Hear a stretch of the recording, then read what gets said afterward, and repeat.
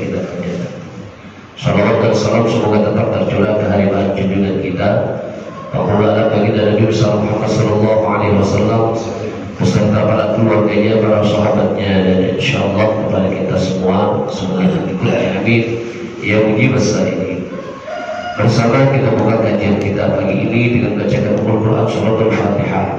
Kita berharap dengan fadilah surat Al-Fatihah Allah membukakan mata hati kita untuk bisa berbuat dan menerima kebaikan-kebaikan, terutama tentang masalah kajian ilmu ini. Mudah-mudahan kita bisa mendapatkan satu ilmu yang bermanfaat. Ditujukan dia wa'ala kulliyatin salihah wa hadratin Nabi Mustafa Rasulullah sallallahu alaihi wasallam. Al-Fatihah. A'udzu billahi minasy syaithanir rajim. Bismillahirrahmanirrahim. Alhamdulillahi rabbil alamin arrahmanir rahim maliki yaumiddin. Iyyaka na'budu wa iyyaka nasta'in ihdinas siratal mustaqim. Shiratal ladzina an'amta 'alaihim ghairil maghdubi 'alaihim waladdallin. Amin. Bapak Ibu hadirin hadirat sekalian yang dimuliakan Allah, pagi ini sedikit kita murajaah memutarakan satu bahasa kita di minggu yang lalu agar kiranya tuntas, kemudian kita masuk nanti kepada permasalahan yang baik. Bismillahirrahmanirrahim. Sunanus salat dikatsiratun minha. Kesunahan-kesunahan di dalam sholat itu banyak. Di antaranya raf'ul yadaini 'inda takbiratul ihram. Ketika kita mau takbiratul ihram, kita mengangkat kedua tangan kita. Itu sunnah. Allahu Akbar. Itu sunnah. Ya. Walaupun ada beberapa mazhab yang mengatakan tidak sunnah karena ikhtilafan itu. Ya, kalau di luar negeri, kalau kita biasanya pakai Imam Syafi'i, kita pakai mengangkat kedua tangan itu ketika takbiratul ihram. Ada berbagai macam orang ekspresi dalam mengangkat kedua tangan ketika takbiratul ihram itu. Ya, ada yang biasa Allahu Akbar, ada yang biasa begini Allahu Akbar. Ya, ada yang begini Allahu Akbar. Kalau dia begini dalam posisi dalam perang biasanya, ya, maka boleh. Kalau yang begini kita biasa Allahu Akbar. Nah, kalau yang lain begini, Imam Abdul Wahab biasa begini, kata pengikut Imam Abdul Wahab. Tapi sementara banyak yang menyangka bahwa Imam Abdul Wahab tidak begini sama dengan kita. Cuma pengikutnya mengatakan saya seperti ini, ya. Bukan begini kata dia. Ya, kita ikutnya kepada yang begini. Terus jangan ditambah-tambah kalau kita takbiratul ihram itu. Ada takbiratul ihram itu mengatakan ketika saya tanya itu kenapa lakukan seperti itu, dia bilang mendahulukan kanan yang terlebih baik. Jadi dibagi Allahu Akbar. Ya, Allahu Akbar. Ada orang seperti ini bukan, padahal enggak. Allahu Akbar. Ya, ya biasa saja Allahu Akbar. Jatuhnya berbarengan. Ya. Jadi raf'ul yadaini 'inda takbiratul ihram. Terus kapan lagi wa 'inda ruku', pada saat kita merukuk. Walam yakun lahu kufuwan ahad. Allahu Akbar, kita katakan, ya, angkat kedua tangannya itu sunnah. Wa inda raf'i minhu, dan ketika kita bangkit dari ruku, artinya yang tidak sami Allahu liman hamidah. Nah, kalau di Madinah itu banyak juga yang tidak pakai, ya, begitu ruku sami Allahu liman hamidah, tidak angkat. Tidak, dia kalau kita sallallahu alaihi wasallam, ya.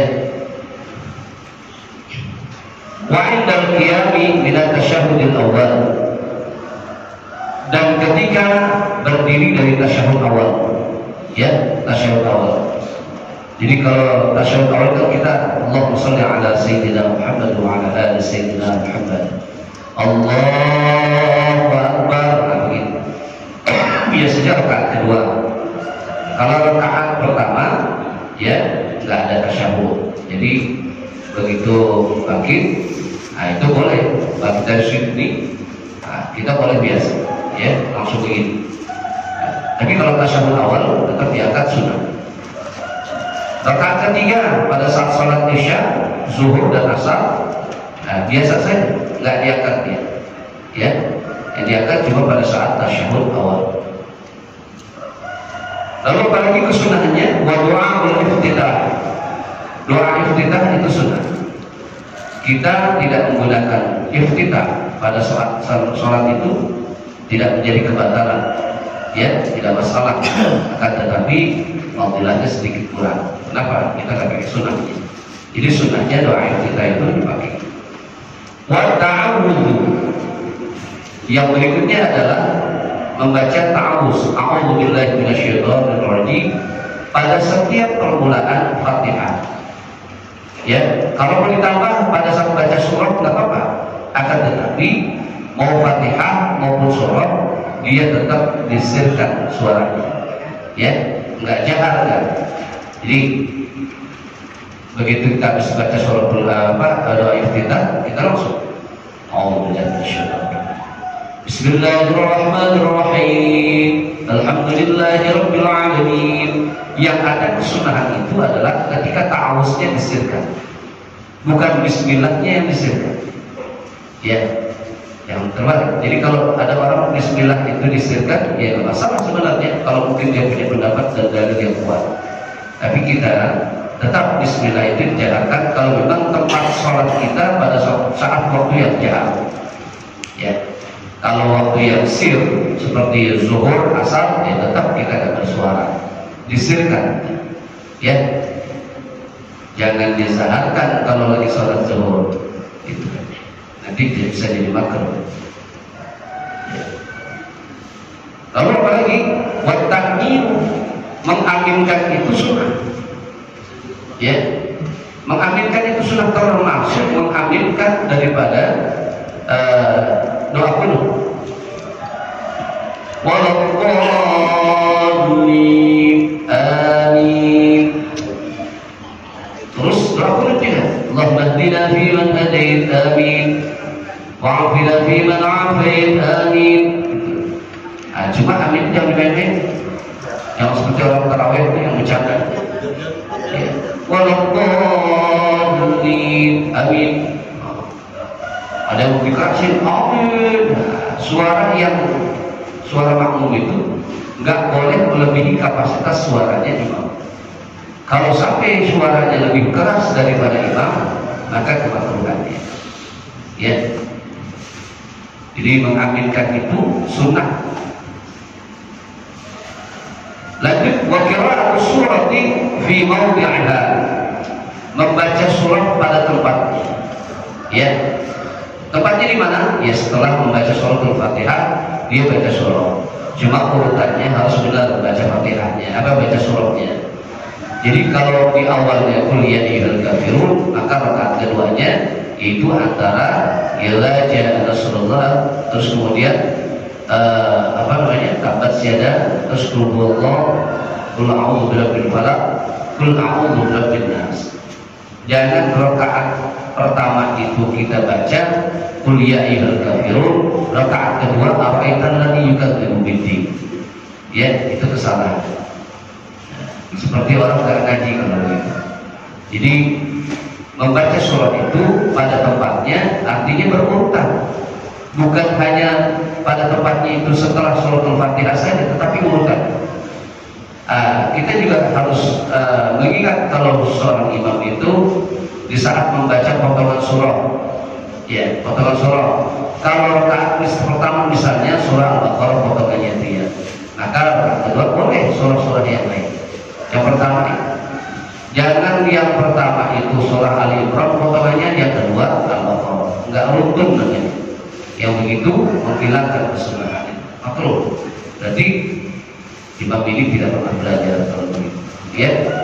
Yang lebih baik itu apa? Yang lebih baik ya masih dalam keadaan surah itu. Misalnya bapak imam baca surah Al-Baqarah di ujung tuh.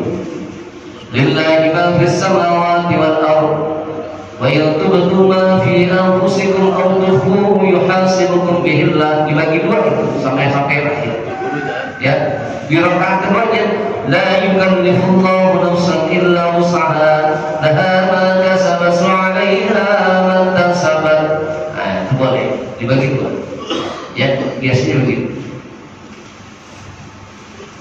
Sehingga tidak kepanjangan. Terus apa lagi? Wal israr wal jahru fi mawdi'iha. Merahasiakan suara dan mengeraskan suara, mensirkan suara dan mengeraskan suara pada tempatnya. Kalau memang waktunya subuh, maghrib, isya dikerasin, ya, tapi jangan terlalu melengking suara. Nah, terus kalau waktunya zuhur, asar, maka harus disirkan, ya. Pernah terjadi itu. Jadi begitu saya sholat zuhur di satu tempat itu, karena memang saya bukan sahibul wilayah, bukan mukimin saya di situ, masuk ke dalam musafir berangkat gitu ya. Tiba-tiba saya sholat zuhur itu suaranya dikeraskan, ya. Ternyata memang imamnya nggak hadir, yang hadir itu jamaahnya yang tidak mengerti. Akhirnya jamaah itu makmum lain yang ada di situ yang menjadi imam habis berantakan. Nggak keharuman sih, tidak menjadi keharuman, tetapi kemakruhan, ya, kemakruhan dan tidak mengerti ya seseorang ilmu. Terus apa lagi? Wa takbiratul intiqalat. Takbir intiqal itu sunnah. Jadi bapak tuh setiap gerakan-gerakan itu dibaca Allahu Akbar, Sami'allahu liman hamidah. Kalau imam Sami'allahu liman hamidah, kita pun sunnah membaca Sami'allahu liman hamidah. Jangan kita langsung Rabbana wa lakal hamd. Ya, kesunnahnya begitu Sami'allahu liman hamidah. Nah, kita baca Sami'allahu liman hamidah baru Rabbana lakal hamdu bil salawati dan seterusnya. Begitu juga sampai salam. Imam salam, Assalamualaikum warahmatullah, Assalamualaikum warahmatullah, termasuk masih gerakan sholat. Nah, kita baru Assalamualaikum warahmatullah, Assalamualaikum warahmatullah. Tertib sholat kita, dijauhkan dari kemakruhan. Kalau begitu ya. Terus apa lagi? Wa nadharu mawdi'is sujud. Penglihatan kita, pandangan kita harus ke tempat sujud.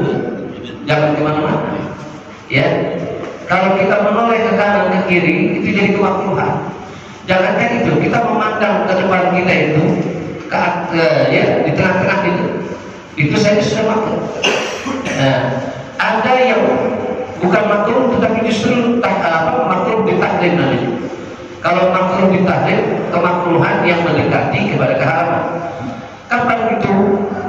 Pada saat seorang makmum atau seorang imam ketika sholat itu pandangannya keliling ke atas, ya, itu ya, atas. Kalau imam nggak mungkin, kayaknya sih kayak itu nggak mungkin kalau imam. Tapi kalau makmum bisa jadi, ya, imam fokus kepada bacaan masalahnya, entah fatihahnya, entah surahnya, dan bacaan lainnya. Kalau pemimpin gitu. Nah, kalau makmum kadang-kadang suka dia menghayal atau dia bagaimana, dia lihat ke atas, itu jadi makmum ditahrim. Tapi kalau seandainya pandangannya ke sana, dia menoleh ke sana itu sekedar makruh saja, ya, makruh. Apalagi wa'ul rahmataini ala rukbataini fi ruku', memegang meletakkan kedua telapak tangan pada kedua lutut, ya. Jadi kalau rukuk itu tangan kita adanya di lutut, bukan di bawah lutut, ya, juga bukan di paha. Jadi harusnya di lutut. Ini yang sunnah, ya. Bukan satu kesalahan besar kalau di paha ataupun di bawah lutut, tetapi tidak mendapatkan kesunahan.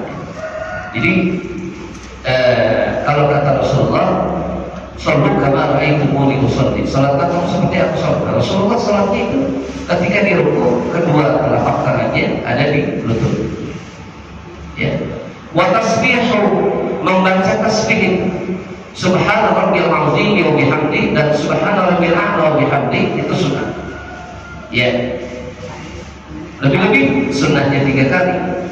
Gitu. Kita satu kali saja tetap dapat kesunahan, apalagi 3 kali. Terus apa? Wa ruku' wa sujudi wal iftirash. Ya. Tasbih itu pada saat ruku', pada saat sujud. Lalu kemudian wal iftirash, duduk iftirash. Duduk iftirash itu sama yang duduk tahiyat awal. Duduk iftirash namanya. Tetap kaki yang kanan itu ditawarkan, ditekuk. Ya, itu sunnahnya. Duduk iftirash itu sunnah. Ustaz, saya ada gejala, apa maksudnya ada kendala? Kendalanya di mana? Karena saya sakit tulang saya yang bagian lutut misalnya. Saya tidak bisa sampai duduk iftirash. Ya, saya pernah terjadi dan pernah saya lihat itu orang duduk iftirash itu tidak seperti yang kita lihat. Tetapi yang kaki kiri itu belakang, kaki kanan selonjor ke depan karena mungkin lagi luka atau lagi ya kayak asam urat lah gitu. Kalau memang sudah tidak tahan nggak apa-apa ya masalah itu. Tapi yang jelas duduk iftirash itu sunnah buat kita.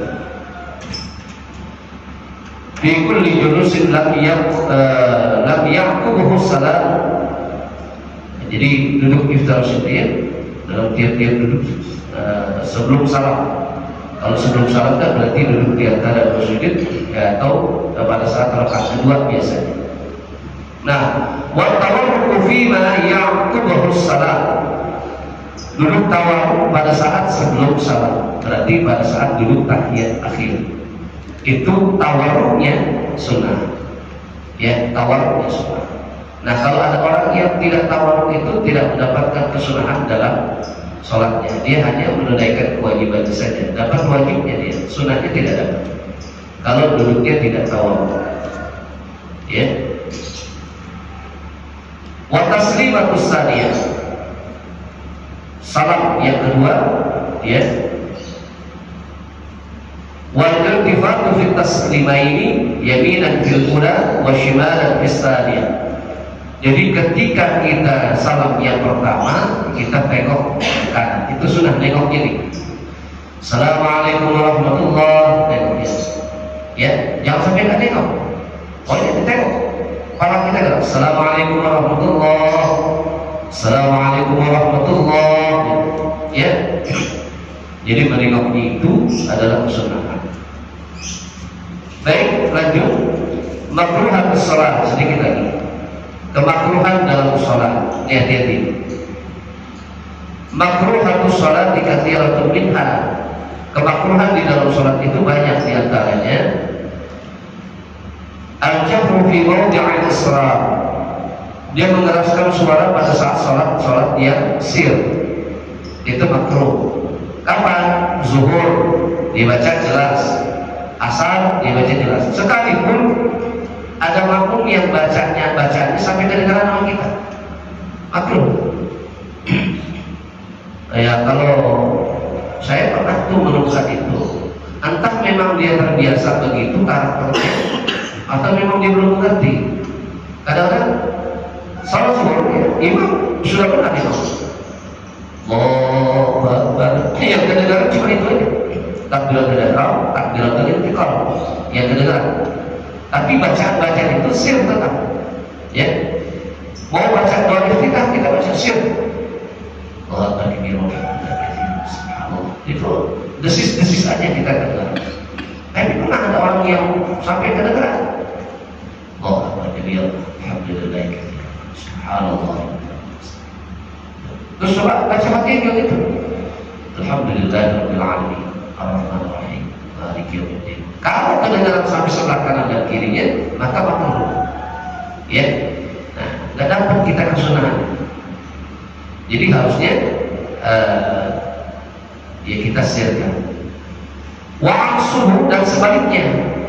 Pada saat sholat sahar jangan disirkan. Sholat maghrib disirkan, bingung jamaah. Ya. Sholat maghrib tetap disaharkan. Ya. Makanya kadang-kadang kalau sholat zuhur dan asar banyak orang jadi imam berani, ya karena bersuara. Tapi kalau zuhur atau maghrib dan asar subuh, nah, ada ngeri-ngeri sedap kalau jadi imam. Kenapa? Penilaian itu banyak dari makmum tentang masalah bacaan kita, gerakan kita dan sebagainya. Ya, tapi memang dituntut. Ya, imam itu punya klasifikasinya. Kalau makmum kan nggak punya. Apalagi wal iltifatu li ghairi hajat, menengok yang tanpa ada suatu hajat, makruh. Kalau menengok ada suatu hajat, seperti apa? Begitu kita lagi sholat, ada orang jatuh, iya, gitu. Ada orang jatuh, kita tengok, itu tidak makruh, ya, tetap dapat pesanan. Ini kalian nggak ada hajatnya sama sekali, gitu, ya. Sampai ada seorang ketika di sebelahnya itu jatuh, nah, dia nengok, dia bergerakannya, cuma dipegang. Nah, nanti dia begitu kan, di salat kursi, gitu. Dia ada yang ini. Wal isyaratu li ghairi hajah, dan memberikan isyarat tanpa ada satu kepentingan, ada satu hajat. Lagi salat, anak-anak berisik, kita gini, ya, itu makruh memberikan isyarat. Kalau gerakannya tidak lebih dari 3 kali. Kalau gerakan itu lebih tinggi, nah itu udah batal salat.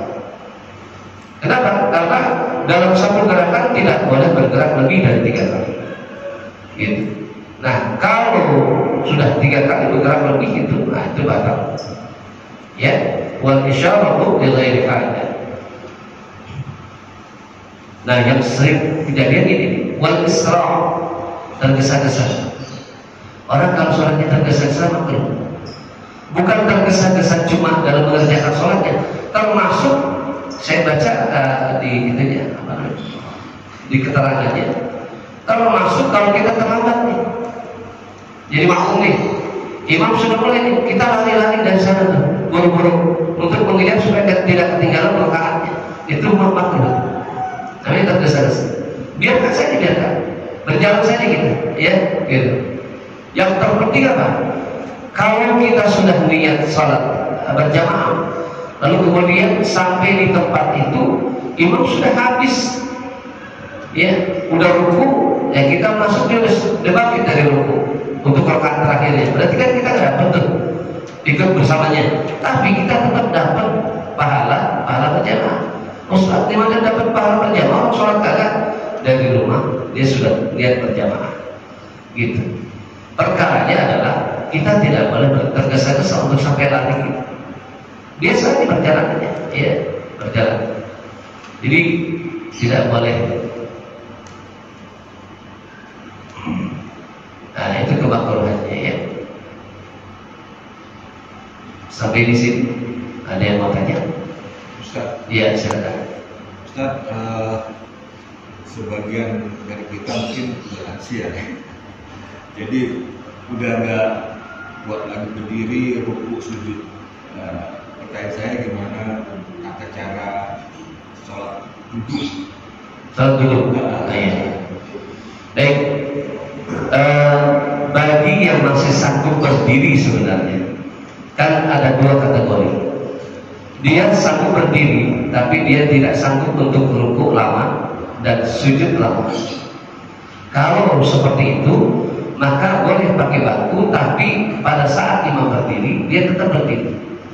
Begitu imam ruku, baru dia duduk. Ya, sebenarnya sih begitu soal. Kalau orang salat yang dalam keadaan duduk itu di bangku atau di kursi, seperti itu. Nah, kecuali kalau memang dia sama sekali tidak sanggup.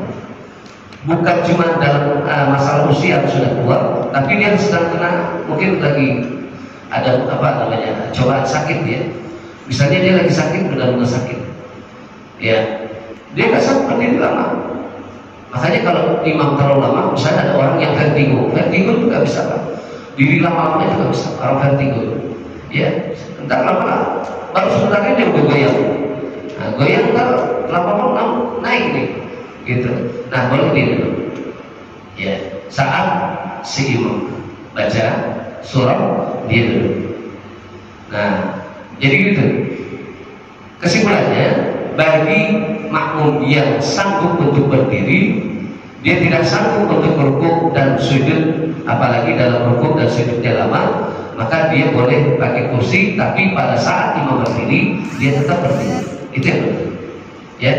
Nah, kecuali sekali lagi, kalau orang yang tidak sanggup dia berdiri lama karena ada satu penyakit atau satu halangan di tubuh dia boleh dari awal sampai akhir dia duduk. Ya, dari awal sampai akhir duduk. Ya, gitu Pak. Satu lagi Ustaz. Iya. Kita sholat jamak ya di perjalanan. Iya. Panjang ya. Sehingga dua waktu sholat tuh terlewati ya. Apa kita bisa sholat di perjalanan, misalnya di bus atau di perjalanan panjang?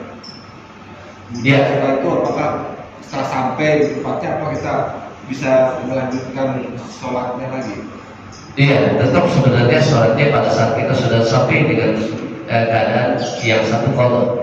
Kalau yang kita sholat di di kendaraan, itu ada yang mengatakan diawali dengan sholat menghormati waktu, karena dia dalam perjalanan terus kemudian sampai ketinggalan 2 waktu. Ya, dia kerjakan satu sholat itu dengan menghormati waktu. Andainya dia begitu sampai tujuan, ya, yang satu yang tertinggal itu dia qadha, setelah itu yang 2 itu dia jamak qasar. Boleh begitu. Ya, karena kalau kita mau jamak qasar dia tidak ada gandengan, nggak ada tempatnya. Jadi di qadha saja boleh. Iya. Kalau yang seperti maghrib dan isya, nah itu bisa dijamak qasar. Kalau yang dia ketinggalan waktu, saya dari asar lewat, maghrib, isya lewat, gitu ya. Nah, sementara dia kan masih dalam perjalanan. Nah, yang asarnya nanti qasar, gitu. Nah, terus yang maghrib dan isyanya, nah itu di jamak dan qasar, gitu. Ya.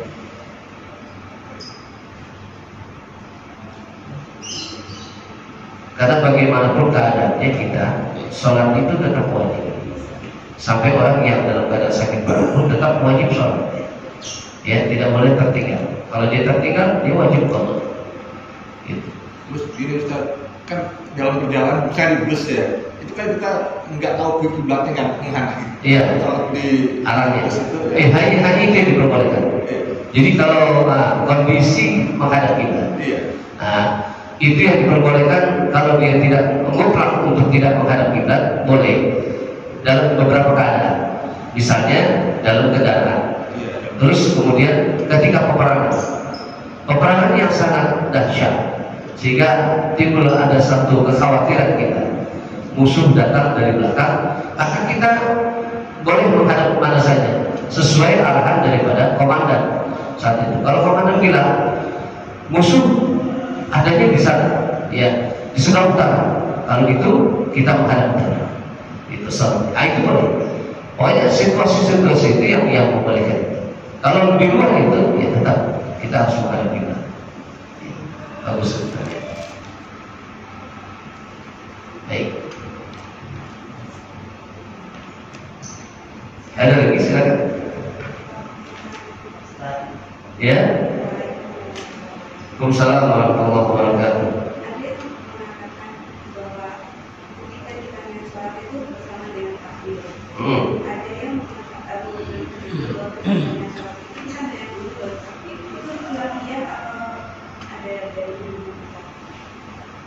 Enggak, kalau itu enggak ada khilafiyah. Semuanya sama. Berbarengan takbir dengan gerakan. Nah, jadi Allahu Akbar. Enggak dulu. Allahu Akbar. Sama. Niatnya itu niat bukan niat yang ini ya. Niat itu ya kalau yang seperti itu niat duluan. Lihat dulu. Kalau yang berbarengan gerakan dengan ucapan itu, itu harus Allahu Akbar. Hanya saja ada orang merefleksikan bacaan. Jadi ketika dia Allahu Akbar, lafaznya bicara Allahu Akbar, misalnya baca Allah Maha Besar. Itu saja. ya, tapi gerakan dan ucapan itu harus sama. Nah, sementara kalau dia ya sebelumnya ya, usolli fardhu maghrib 3 rakaat mustaqbilan qiblati adaan makmuman ay imaman lillahi Allahu akbar. Nah, gitu. Nggak bisa kita kalau sampai bareng gitu ya, lihat sama. Nah, karena kita dituntut juga untuk merefleksikan bacaan dengan maknanya supaya kita lebih memahami, lebih mendapatkan kekhusyuan. Ya, salah satu cara untuk mendekati kepada kekhusyuan, kita mencoba mengerti atau memahami arti daripada bacaan dan gerakan-gerakan. Ya, Subhana Rabbil Azim artinya apa? Subhana Rabbil A'la artinya apa? Kalau mungkin doa iftitah agak susah kalau doa iftitah ya. Surah paling tidak surah ini Bismillahirrahmanirrahim kita tahu artinya. Alhamdulillahirabbil alamin Ar-Rahmanirrahim sampai waladhdallin. Itu saja sudah kita kuasai itu alhamdulillah insyaallah tuh. Ya, suara-suara masuk dari luar.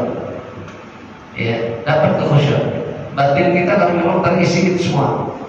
Yang satu terisi dengan ucapan, hati kita terisi dengan makna itu. Ya. Iya. Ustaz, kalau tadi juga pada saat sujud kita ke arah sujud. Kalau sholatnya di Mekah, kan bukan Ka'bah nih. Kalau kita melihat Ka'bahnya, enggak, tetap sujud. Kalau yang begitu tetap saja sujud. Ya. Nggak boleh kita ke atas atau dia arah Ka'bah. Di sana tidak ada. Kalau yang sampai dia melihat itu hanya orang-orang yang belum paham itu. Ya, nggak semua orang-orang Arab itu paham dengan yang begitu. Ada juga yang tidak paham dengan masalah tata cara ibadah atau fikihnya. Nah, satu lagi Pak yang menjadi kemakruhan itu adalah wal ilqalu ya. Wal ilqalu itu apa itu wal ilqalu? Kemakruhan di dalam sholat itu kalau kita apa namanya? Menancapkan di dalam hati sholatnya di situ aja gitu. Ya. Pokoknya gini. Setiap kita sholat pokoknya kita di situ, nggak pernah pindah-pindah. Itu makruh. Ya, yang baik yang sunnah itu kita sholat maghrib di sini, ntar isya di sini, ya, gitu. Boleh sholat di belakang, ya, zuhurnya asar. Jadi tidak menetapkan pada tempat yang itu saja, ya. Ibu boleh nanti kalau seandainya sholat di situ, ya, tukeran aja tukeran. Bu, kemarin saya di sini, bu sudah saya tuh, ya, gitu. Jangan pada satu tempat. Kan kadang-kadang orang saya pengen dikenang Ustaz. Pengen dikenang apa? Kalau saya meninggal dunia, orang mengenang saya. Tuh si almarhum itu sholatnya kan rajin. Pokoknya dia tuh yang di situ aja nih. Yang di balik tembok misalnya, di balik tiang, di bawah situ aja dia. Nah, itu enggak bagus sebenarnya. Jadi menetapkan satu tempat pada tempatnya. Jadi harus memang beda-beda. Sama Bapak kalau lagi sholat sunnah nih. Ya, misalnya salat qobliyah itu ada 4, ba'diyah itu banyak yang 4, ya. 2 di sini, 2-nya lagi di sini, gitu ya. Terus kalau bicara sunnah qobliyah dan ba'diyah, kalau bisa subuh jangan tinggalkan qobliyah, ya. Subuh jangan tinggalkan qobliyah. Itu fadilahnya besar betul. Sama dengan ba'diyah isya. Ibu di rumah juga ba'diyah isyanya jangan ditinggal. Itu fadilahnya besar ketimbang sunnah-sunnah yang lain. Ya, maksudnya ba'diyah dan qobliyah dan yang lain. Ya, sampai nanti sebentar lagi kita Ramadan tuh. Kalau Ramadan kita hadir, nanti orang kalau habis sholat isya biasakan ba'diyah dulu. Ya, jangan malas. Begitu habis sholat isya dia diam aja, nunggu sholat tarawih. Padahal ba'diyahnya isya dengan tarawih itu fadilahnya, pahalanya lebih besar sholat qobliyah ba'diyahnya ketimbang tarawih. Cuma 2 rakaat atau 4 rakaat itu melebihi kapasitasnya sholat tarawih. Hebat ba'diyah. Nah, kalau Bapak mau mendapatkan keutamaan dalam hidup, mudah rezekinya, ya sudah, jangan pernah tinggalkan qabliyah. Mengistiqomahkan, memudahkan perkara-perkara sunnah itu hebat. Ya, kalau qabliyah sunnah, ya insya Allah Allah jamin kehidupan kita. Dan lebih kalau kita memang berjamaah terus di masjid. Ada kadang-kadang saya dulu juga dikasih arahan, kalau mau hidup kita rezekinya ada aja, walaupun kita nggak kaya tapi rezekinya ada, cukup gitu pasti. Jangan pernah tinggalkan sholat berjamaah. Kalau mau coba 41 hari 41 hari sholat berjamaah, nanti akan terlihat ya 41 hari. Jangan bolong-bolong sholat berjamaah. Mau jamaah di sini, mau jamaah di mana, yang penting dia sholat berjamaah, jangan sampai ditinggal. Nah itu akan ada fadilahnya, ketenangan, kecukupan kita dalam berjamaah. Nah ini hadirin sekalian. Ada lagi yang ingin bertanya? Silakan. Ustaz. Iya. Saya sering lihat jemaah sholat di masjid sambil gendong anak. Ketika disujud dilepas, ngomong lagi dan gendong. Nah itu bagaimana? Ya, sebenarnya ada cara sih, ada cara juga. Ya, waktu itu ada anak ini kan, di tangannya ini kan, sama tangannya, jadi kayak borgol gitu. Terus dia cium tangan ke bawah, jadi kita juga jalan gitu. Ya, jadi anak yang solo itu nggak bisa, udah dia pegang keras.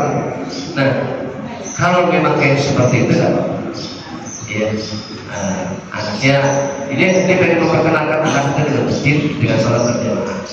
Boleh-boleh saja, yang terpenting kita ekstra menjaga. Jangan sampai kemana-mana, ya boleh, ya kita pegang. Boleh. Makanya di masjid itu kalau anaknya sholat di masjid, orang tuanya sholat di masjid.